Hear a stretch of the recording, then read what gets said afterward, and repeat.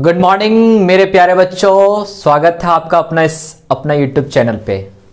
तो मेरे प्यारे बच्चों, जैसा कि आप ये जान रहे हो कि आपका एग्जाम तो लेना ही लेना है गवर्नमेंट को, ठीक है। तो बात हम करें कि टर्म टू का सिलेबस अब स्टार्ट तो करना होगा माय भाई। टर्म टू का सिलेबस अब स्टार्ट करना है आपको। और पहला चैप्टर अगर देखा जाए, क्योंकि कैलकुलस का जो हाफ पोर्शन था वो चला गया था टर्म वन में और हाफ पोर्शन जो है वो टर्म टू में आ चुका है। और यहां पे हम लोग स्टार्ट करने वाले हैं कैलकुलस का सेकेंड पार्ट, जिसको कह सकते हो इंटीग्रल्स का बात करेंगे। हम इंटीग्रल्स का बात करेंगे जी, जिसको आप इंटीग्रेशन के नाम से भी जानते हैं, है ना मेरे भाई। इंटीग्रेशन और इंटीग्रल सेम चीज है, कोई कंफ्यूजन नहीं होना चाहिए आपको यहाँ पे, ठीक है।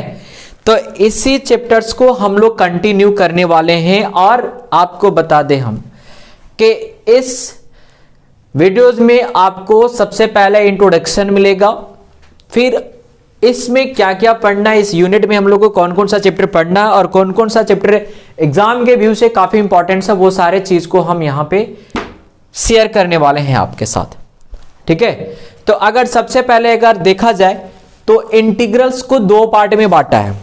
इंटीग्रल्स को दो पार्ट में बांटा है। पहला तो आपका एक पार्ट होगा इंडेफिनिट इंटीग्रल, ठीक है, इंडेफिनिट इंटीग्रल है, और दूसरा हमारा डेफिनिट इंटीग्रल है, ठीक है। आप इंटीग्रल बोलो या इंटीग्रेशन बोलो, सारा कंफ्यूजन क्लियर हो जाएगा। देखो इंटीग्रल कब कहते हैं, इंटीग्रेशन कब कहते हैं, वो सारा डिटेल्स में हम आपको बताने वाले हैं, ठीक। इंडेफिनिट एंड डेफिनिट, ये दो मेन पोर्शन है आपके इंटीग्रल्स का।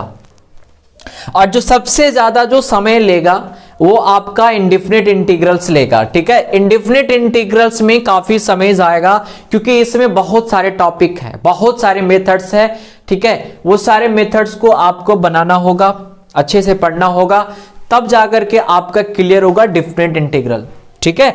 थोड़ा सा डिफरेंस है इंडेफिनिट एंड डेफिनिट में। डेफिनिट में आपको एक लिमिटेशन दे देता है, बाउंड्री दे देता है कि इस लिमिट से लेकर के यहां तक जाना है, तो वो वैल्यू को पुट करके इवेलुएट करते हो, ठीक है।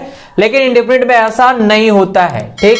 ये दोनों के अलावे जो है हमारे पास और तीन चैप्टर्स हैं जो काफी इंपॉर्टेंट होंगे आपके एग्जाम के व्यू से, जिसमें पहला आपका आता है प्रॉपर्टीज ऑफ डेफिनिट इंटीग्रल।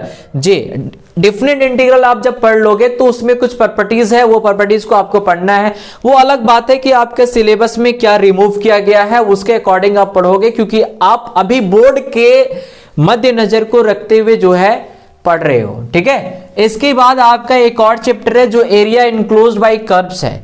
इसको आप एप्लीकेशन ऑफ इंटीग्रल भी कह सकते हो। अब बोलचाल भाषा में बहुत सारे बच्चे इसको एरिया बाउंडेड भी कहते हैं, एरिया बाउंडेड चैप्टर नहीं।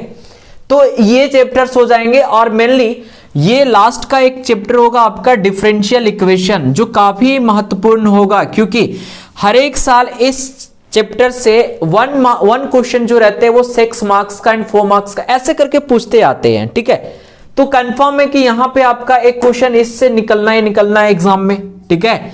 एरिया इनक्लोज बाय कर्व अगर आपके सिलेबस में होगा तो आप अच्छे से पढ़ लेना, नहीं होगा तो कोई नहीं भाई, पढ़ते रहो, क्या दिक्कत है, नेक्स्ट टाइम कभी भी तो आपका काम आ जाए, ठीक है। तो ये मेनली जो है इस पोर्शन में आने के इस यूनिट में बात अगर हम करें इस यूनिट में, तो इंटीग्रल्स, फिर एप्लीकेशन, फिर डिफरेंशियल इक्वेशन और ये प्रॉपर्टीज, ठीक है। ये मुख्य चीज है जो आपको क्या करना है, अच्छे से तैयारी करना है, ठीक है।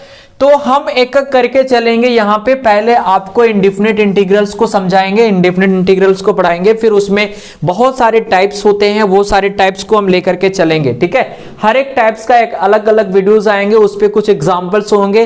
जैसे अगर मान के चलो कि इंडेफिनिट इंटीग्रल हमने स्टार्ट किया और इंडेफिनिट इंटीग्रल का पहला सब्स्टिट्यूशन मेथड है, ठीक है, तो वो पहले आपको करवाएंगे, फिर उससे लगभग 20-30 क्वेश्चन जो होगा वो प्रैक्टिस करवाएंगे, फिर आगे चलेंगे, ठीक। इसी तरीके से आपका पूरा सिलेबस को कवर किया जाएगा। तो मेरे प्यारे बच्चों, अगर आप इस चैनल पे पहली बार विजिट कर रहे हैं तो चैनल को सब्सक्राइब करके रख लें, क्योंकि अब जो है 12th का सारे लेक्चर्स आने वाले हैं टर्म 2 के लिए। पहले टर्म 2 का ही आएगा, क्योंकि आपके एग्जाम में बहुत कम समय बचे हुए हैं। तो मेरे प्यारे भाई, मिलते हैं नेक्स्ट अगले क्लास में, और अगला क्लासेस आपका होगा इंटीग्रल से, ठीक है। वहां पे हम फुली एक्सप्लेनेशन के साथ चलेंगे।